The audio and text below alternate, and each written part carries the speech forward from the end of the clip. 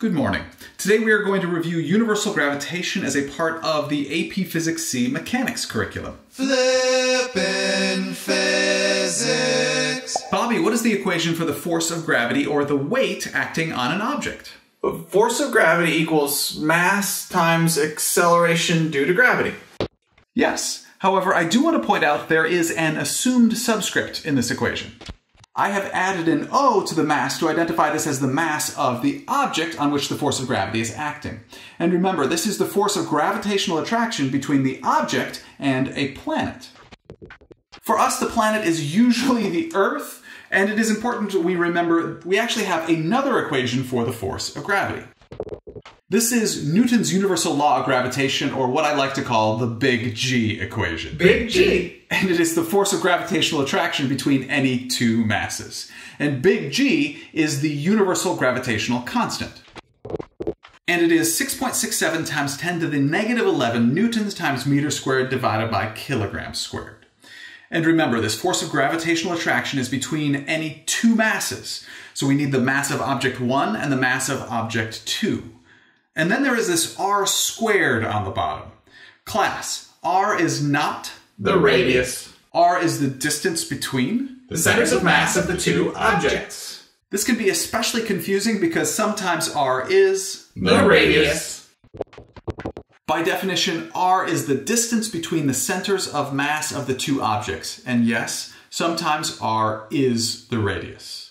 And remember, this equation gives you the magnitude of the force of gravitational attraction between the two objects. The direction is always toward the other object. These two equations are both for the force of gravity, so we can set them equal to one another. And let's assume this force of gravity is for an object which is resting on the surface of planet Earth. That means it will be the mass of the object times the acceleration due to gravity is equal to big G times the mass of the object times the mass of the Earth, all divided by r squared. Everybody brought mass to the party. Everybody brought the mass of the object. We gotta be careful. Everybody brought mass. And we are left with the acceleration due to gravity here on planet Earth equals big G times the mass of the Earth, all divided by r squared. And again, r is the distance between the center of mass of the two objects, so it is equal to the radius of the Earth plus the altitude of the location we are talking about, that quantity squared. And note that this means that as long as the radius of the Earth is much, much greater than all the altitudes we are talking about, the acceleration due to gravity can be considered to be constant.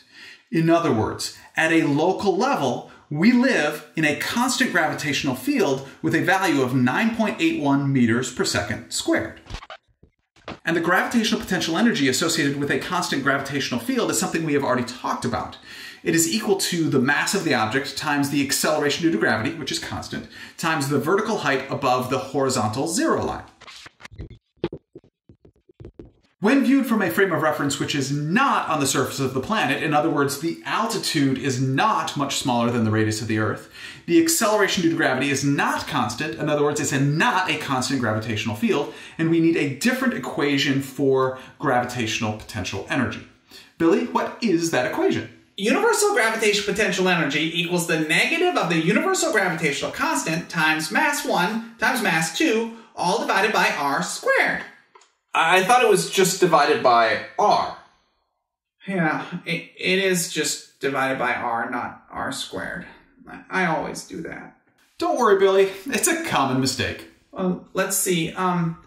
Unlike gravitational potential energy in a constant gravitational field where we get to pick the horizontal zero line, the zero reference line is already in the universal gravitational potential energy equation. It is infinitely far away, or where the r value is infinitely large.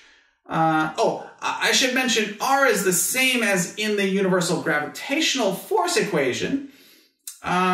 Because the zero reference line is at r equals infinity, which means the two objects would be infinitely far away from one another, universal gravitational potential energy can never be positive. Also, it is important to remember this equation requires two objects. In other words, a single object by itself cannot have universal gravitational potential energy. Remember, the universal gravitational potential energy, which exists between an object and the Earth as a function of distance r from the center of the Earth, looks like this. Notice that when the object is at the surface of the planet-object system has its lowest gravitational potential energy of the negative of big G times the mass of the object times the mass of the Earth, all divided by the radius of the Earth. Now, if the object moves away from the surface of the planet, the universal gravitational potential energy of the planet-object system decreases as 1 over r, and as r approaches infinity, that gravitational potential energy approaches 0. If instead we move the opposite direction from the surface of the planet to the middle of the planet, and yes, I know we would have to drill a tunnel all the way through the planet in order for this to work. When we do that, though, the gravitational potential energy of the planet-object system decreases linearly until it reaches 0 when the object reaches the center of the planet. This does assume a constant density for the Earth, which is, of course, not correct, but it's a good thought exercise. Okay, let's go through and do some standard universal gravitation example problems. Bo, please read and do the first one.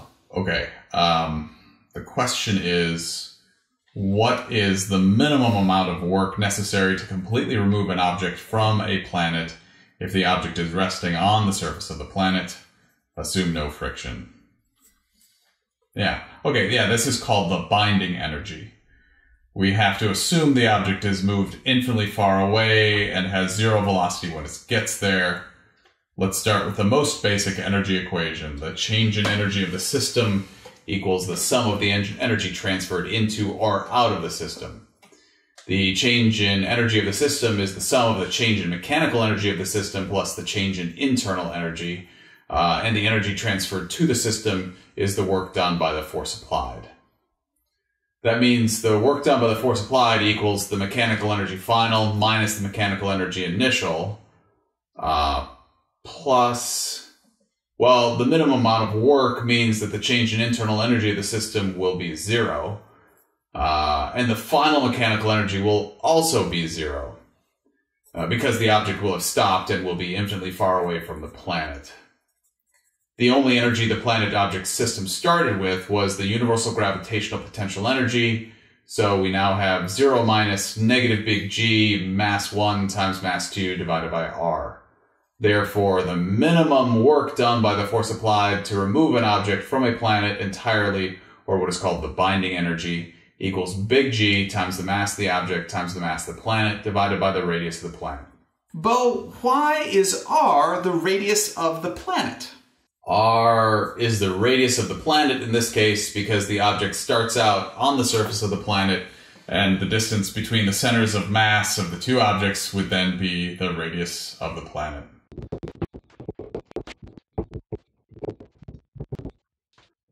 Yes, this is called the binding energy. If anything less than this amount of energy is given to the object will return back to the surface of the planet. Now, let's leave the planet. Bobby, please read and do the next problem. Sure.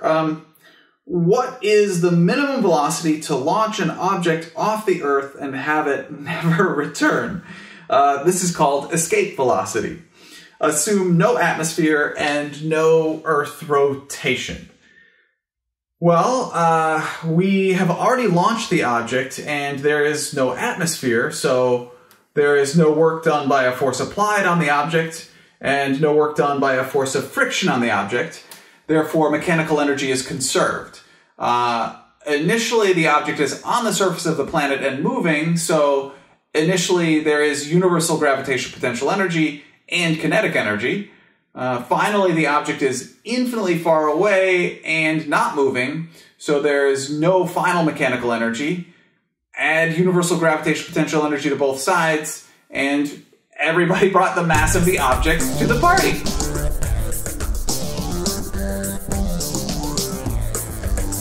Everybody brought mass. Bobby, please continue.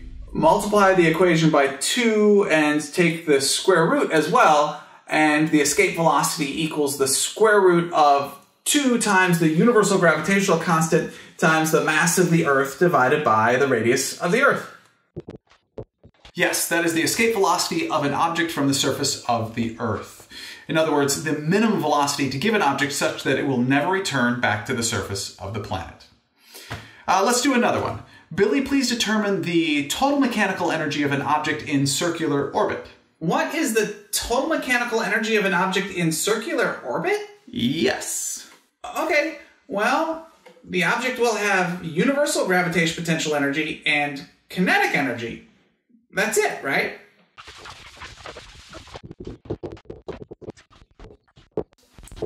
Yeah, but let's actually work out an answer which does not have the velocity of the object in it. Please. I have to substitute out the velocity of the object? Yes, please. Okay, let's try to solve for the velocity of the object. The only force acting on the object is the force of gravity, and that is... Oh, it's acting in the indirection because the object is moving in a circle. So we can sum the forces in the indirection. So the net force in the indirection equals the force of gravity, and the net force also equals the mass of the object times the acceleration in the indirection, which is centripetal acceleration. Substituting in equations gives us big G times the mass of the object times the mass of the planet divided by r squared, which equals the mass of the object times... Oh, instead of centripetal acceleration, we have the tangential velocity of the object squared divided by r, and everybody brought mass to the party. Actually, let's not solve it that way. Instead, let's multiply the whole equation by 1/2. And actually, everybody brought 1 over r to the party. And you can see that the kinetic energy of the object in orbit equals 1/2 the magnitude of the universal gravitational potential energy of the planet-object system. Yeah. Billy, please continue. Okay, we can substitute what you just found back into the equation for total mechanical energy and factor out every letter in the equation, which leaves us with -1 plus 1/2 in the parentheses, which is -1/2. So the total mechanical energy associated with an object in circular orbit is negative universal gravitational constant times the mass of the object times the mass of the planet, all divided by 2r. Wouldn't it be 2 times the radius of the planet? No, r would be the radius of the planet plus the altitude of the orbital object. Yeah, right. Okay, now let's talk about Kepler's 3 laws. As far as the AP Physics C Mechanics exam is concerned, in my experience, having a basic understanding of Kepler's first 2 laws is adequate. However, you do need to be able to derive Kepler's 3rd law. Okay, Kepler's first law is often called the law of orbits.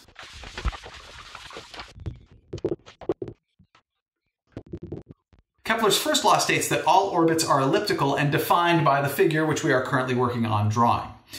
There are 2 foci for this ellipse, one located at F1 and one located at F2, and both of those foci are located a distance c from the center of the ellipse. And the object which is being orbited, for example the Sun, which is currently being orbited by the Earth, is located at one of the 2 foci. So the Sun is located at one of those 2 foci. What is a foci? Foci is plural for focus. So when he says foci, he is referring to the 2 foci. The semi-major axis has a length a, which means the major axis has a length 2a. The semi-minor axis has a length equal to b, which means the minor axis has a length equal to 2b. The sum of the distances from the 2 foci to the orbiting object, r1 and r2, always add up to the magnitude of the major axis, 2a. The equation for the elliptical path an orbital object follows is the semi-major axis squared is equal to the semi-minor axis squared plus the distance each foci is from the center of the ellipse squared. That is the basic idea of Kepler's first law. You should also know about eccentricity E, which is equal to the distance each foci is from the center of the ellipse, divided by the semi-major axis.